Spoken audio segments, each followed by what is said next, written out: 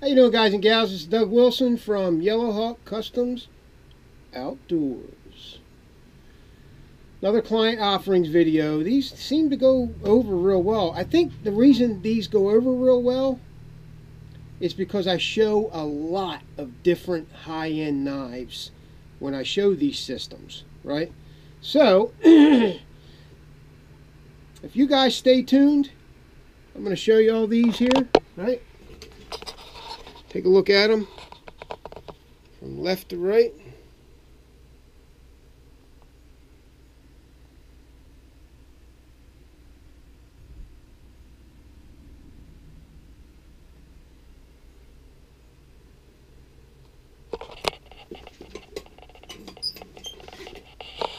So,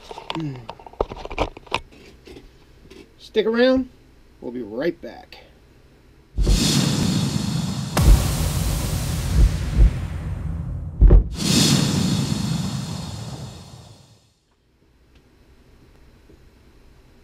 Thanks for coming back. I'm just going to hop right in. Now, I used to like say the client's name, right? I used to say it on the video. I don't do that so much anymore because I never know. Some guys, like, I've had a couple of guys get kind of upset at me for saying their name on camera. So I don't know what else to do but not say the name. You guys know what your knives look like, all right? So let's jump in, right? Let's jump right into it. This one, it's kind of basic for us, but it's still, this thing turned out perfect. I mean, these lines are so clean. Oh, the logo's nice and crisp. All right, so anyway, we have a what is it? Blind horse, battle horse knives. I think it's called the Highlander. Kind of looks like the PLSK1. I'm pretty sure this is the Highlander. I've done quite a few of these, so I could be wrong though. Yeah, this one has a blackened blade, you know, like severely blued.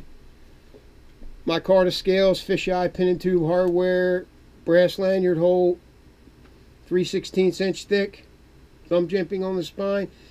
The quintessential remake of the French trapper knife, the French trade knife. This is like a very popular style, only with space age materials, right? So there's the knife. These are rather expensive, these knives. It's a beautiful knife. I tell you honestly, I would rather see the handle material come up into the ricasso, right? It just makes it more comfortable on the choke up. That's all, in my opinion. Look, when I give my opinion and it comes across as fact, it's still just an opinion. It's based on experience, that's all, right? So it's probably my fact because I've seen it before, I've done it before, you know, if it comes across as fact. So if I offend anybody with that, I apologize. It's just, I've always been taught to cultivate a, you know, positive, strong attitude. So anyway, self-confidence. Cultivate a self-confident attitude, right?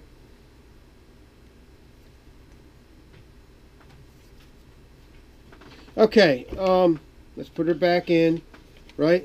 There you go, look. All right, this is what they do before they go in, right? They're nice and loose. They don't scratch. The Kydex don't scratch them. It's not binding or anything. And then you drive her home, and she's in there for good until you take her out. Now, I can, if you guys want redundant retention, I could do a couple of different things, but my favorite thing to do is to put a combat lock right here. And all that is a screw with a rubber bushing that you either tighten or loosen to increase the tension. That doesn't it's not really that noticeable. It's noticeable, but not like whoa, it slipped out, right? And well, when you crank it down all the way, it's like, but it you know, you crank that screw down in times of you know, high activity or bushwhacking or whatever, right? And it's harder to get the knife out, right? You got to push harder on the thumb ramp, you know, instead of just popping it out, right, like that. All right, so I could put a combat lock in if you want. Generally, they are not needed. I'm pretty hard on my gear in the field. I can't remember. I don't think a knife has ever popped out of a Kydex sheath on me, other than sometimes when the tip, if you drop it on concrete and the tip hits the concrete, boom! There's like a contra coup action there, right? And that knife will sometimes pop out of the sheath, right? But in that case, you're going to see it and you're going to hear it, right? If you're walking along and, God forbid, your knife falls off your, I don't know how that could happen, but, and it bounces, it hits a rock, you're going to hear it, right? You're going to hear that. Now, if it falls in some leaves on the dirt, it's not going to pop out, right? Anyway, so here you go. This is Kryptek Highlander in, I think this turned out to be 0.095, you know, when I measured it. Tan, coyote tan eyelets. It's got a shore up plate on the front that's kind of stylized, you know, that's one of my things that I really like, and I can put my logo in there, just stamp it in there. And then, you know, the tabby dangler with the shore up plate. Now, these tabby danglers, these are pretty damn strong, right? That's 3 layers of Kydex thick. 3 layers. I mean, that is like severe overkill, right? So they're totally bomb proof. And a nice oiled and waxed Herman Oak 9 to 10 ounce leather loop that I've tooled, you know, some cool patterns and whatnot. And I got the logo in there and whatnot. Okay, so there it is.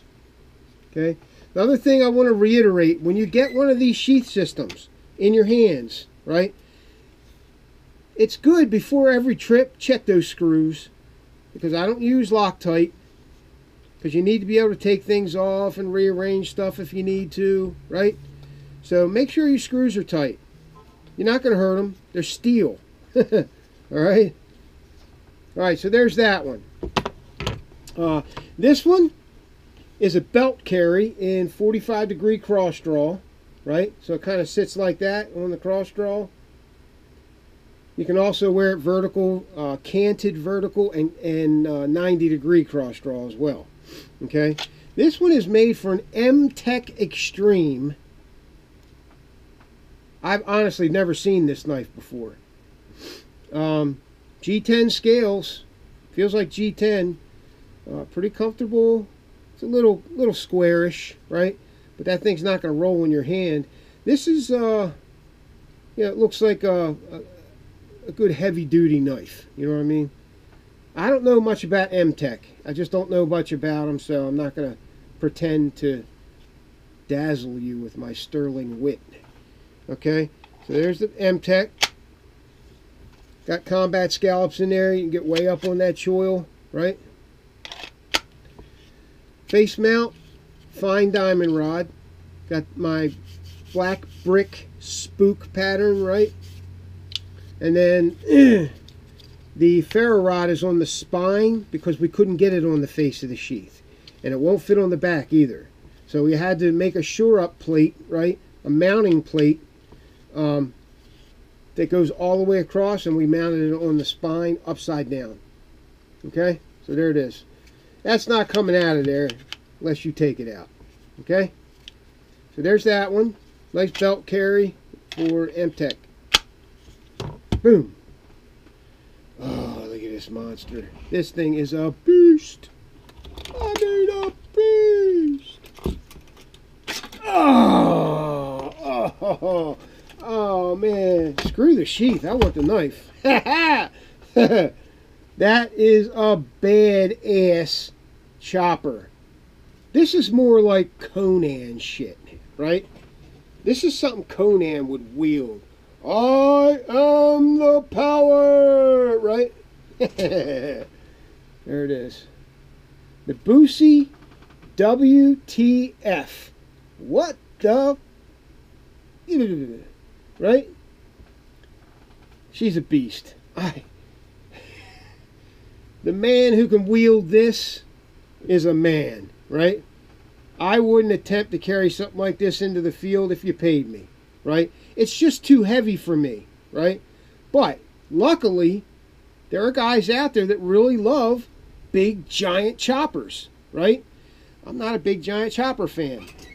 But that doesn't mean that they're, like, useless in the field. You can get a lot of work out of one of these. I just choose not to carry one. That's all. That thing's a beast. Oh, man. She's beautiful. That's got to be Cerakote on the blade. Has to be. Comfortable scales. Oh, man. If I was going to have a big chopper, a semi-production type chopper, this would be it. I'd buy one of these, right? This thing, I wouldn't only buy one of these. I'd buy some other choppers too, but this thing's badass. Got those compression tube pins, the kind that Mike Wallace uses. It must be good. Busse uses them. Alright, so he's got this secure lanyard holes here, right? You secure a piece of cord between these two, slip your hand in there, and it's supposed to keep that knife in your hand in rough situations, right? Self-defense, whatever, right? Alright, so there's the knife. This thing's a beast, right? Let me see if I can get it in there. With big knives, especially, with all knives it's this way, but with big knives especially, got to be careful how you put them in, right? That blade, if you push hard enough and this thing's cocked to the side, you will slice right through that Kydex. I guarantee it. Kydex is strong as hell, but if you give it enough force, you can cut through it. You won't cut down, but you'll cut it, right? So be careful how you put a large blade, especially in a Kydex sheath. Want to hear that again? Oh.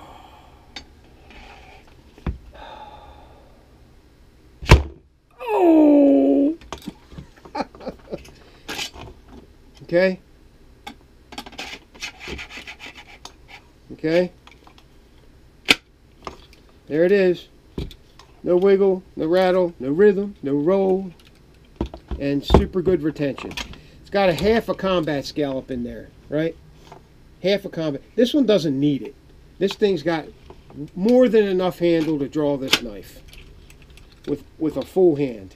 Okay, so let's go with the. Now let me stop here for a second. I'm just going to show you the sheath.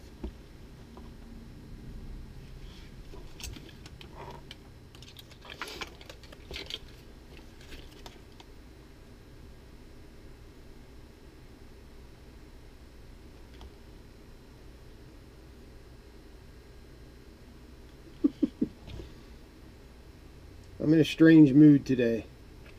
That shore up plate is pretty thick. We used, it depends on the knife as to what thickness and just how thick we use it, because we have all different thicknesses for Coyote Brown, OD Green, Black. Like I have, for example, I have probably 20 sheets of black back there, and if I measured all of them, some of them would be 093, some of them would be 095, some of them would be 096, some of them would be 090, right? Sometimes they err on the other side too. I try to go for the thickest 093 I can get, and generally I have thicker than 093. 095, 096, 097. I don't know if I've ever had an 098. That might be too thick. Because you get into the really thick Kydex, which is the .125, you can't make a sheath out of that stuff. It's just too hard to work with. And it would be heavy. It's like twice the thickness of 093, almost. Anyway, here it is. Show you the back. This is, so anyway, this was really thick Coyote Brown. Because this is a big knife, right? I wanted this area as strong as I could make it. And it's pretty damn strong. That's a huge knife. Full-size compass. Paracord wrap. Pack mount. What else we got here? Baldric system. Now, keep in mind, this is all of the features that this client wanted on his sheath system. So, like, I could put an Altoids tin assembly on here. I could put a diamond rod sharpener, but he didn't want that, right? This is what he wanted. Let's see, what else we got? Nice Herman oak, oiled and waxed. Okay, belt loop. This thing turned out real nice.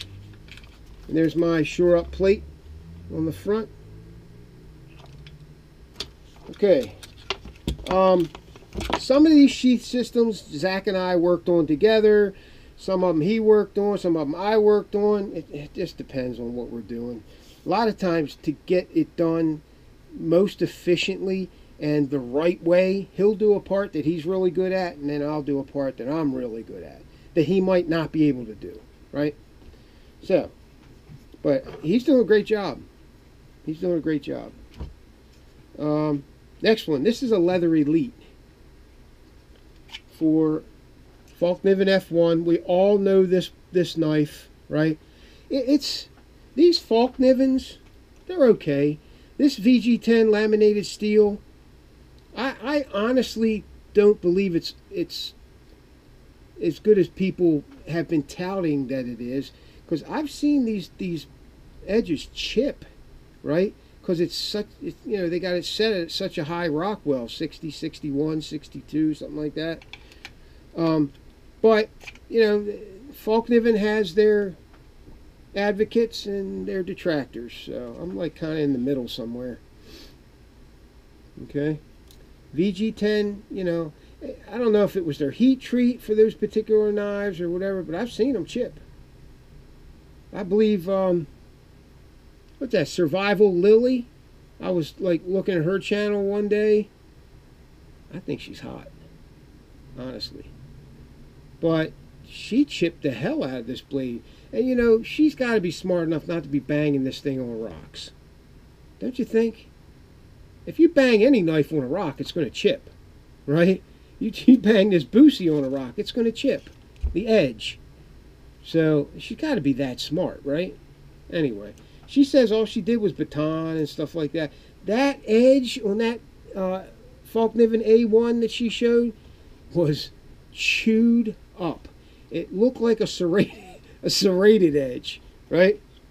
Anyway, Fallkniven F1. I love the leather elites, how they muffle the sound of the click, right? But that thing is pretty tight. That's in there pretty tight. But you can get it out with one hand still, right? My leather elites are no different. They got the same kind of retention that our regular sheaths have, right? That our other full Kydex sheaths have. There it is. Full grain leather over a full Kydex sheath. And I'm not going to tell you how I do it. There it is. Face mount ferro rod. This, I can say this. This is going to a guy in Great Britain. Apparently they can't get this kind of stuff over there. I send a lot of sheaths to Great Britain, Germany, Australia, Japan. Guys in China like them. I've sent them to Slovenia, Italy. I mean, all over the place. Spain, just everywhere. Scotland. I could probably, they're probably all over the world. I think they are. That kind of excites me too. A guy from, 10,000 miles away wants one of my sheath systems. It's pretty cool. And it's always like, Doug, saw you on YouTube. Man, I gotta have one of your sheath systems. Well, we'll build you one. And a tech lock on the back, for multiple carry configurations. Check out the tooling on this. This one came out real well, I think. Try to get it closer. Okay, there's that. Boom. This has our standard compass on it. Just a standard compass.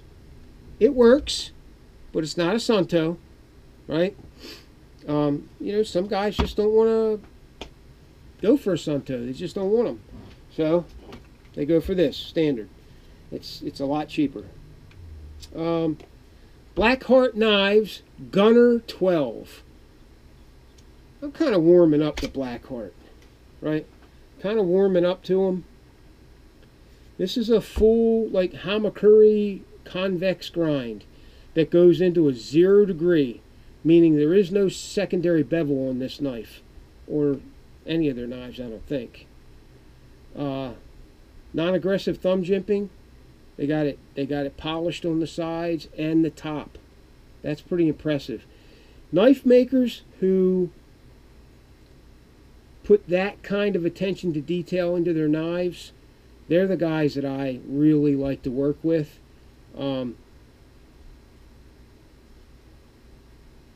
But I don't know, these handles, I just can't warm up to them. It's comfortable, but I got it in my head that if I work with this thing for 20-30 minutes, it's going to start hurting right here, right on the edges, right? Because I've had that happen with similar style knives, with finger grooves, right? But this is a badass knife, right? You can bet the steel is perfect, heat treat, tempering, everything, right? Got a Hawk light assembly, 3 different modes, right? He wanted this in dangler mode.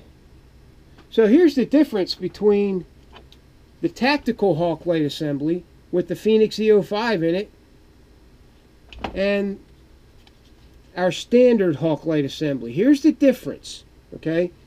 This one I can only engineer one way, right? One direction. You either want it in cross draw mode or you want it in dangler mode or whatever, okay?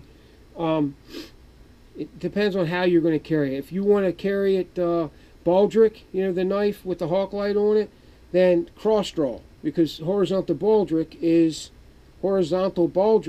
basically a cross draw, right? It's just on a sling.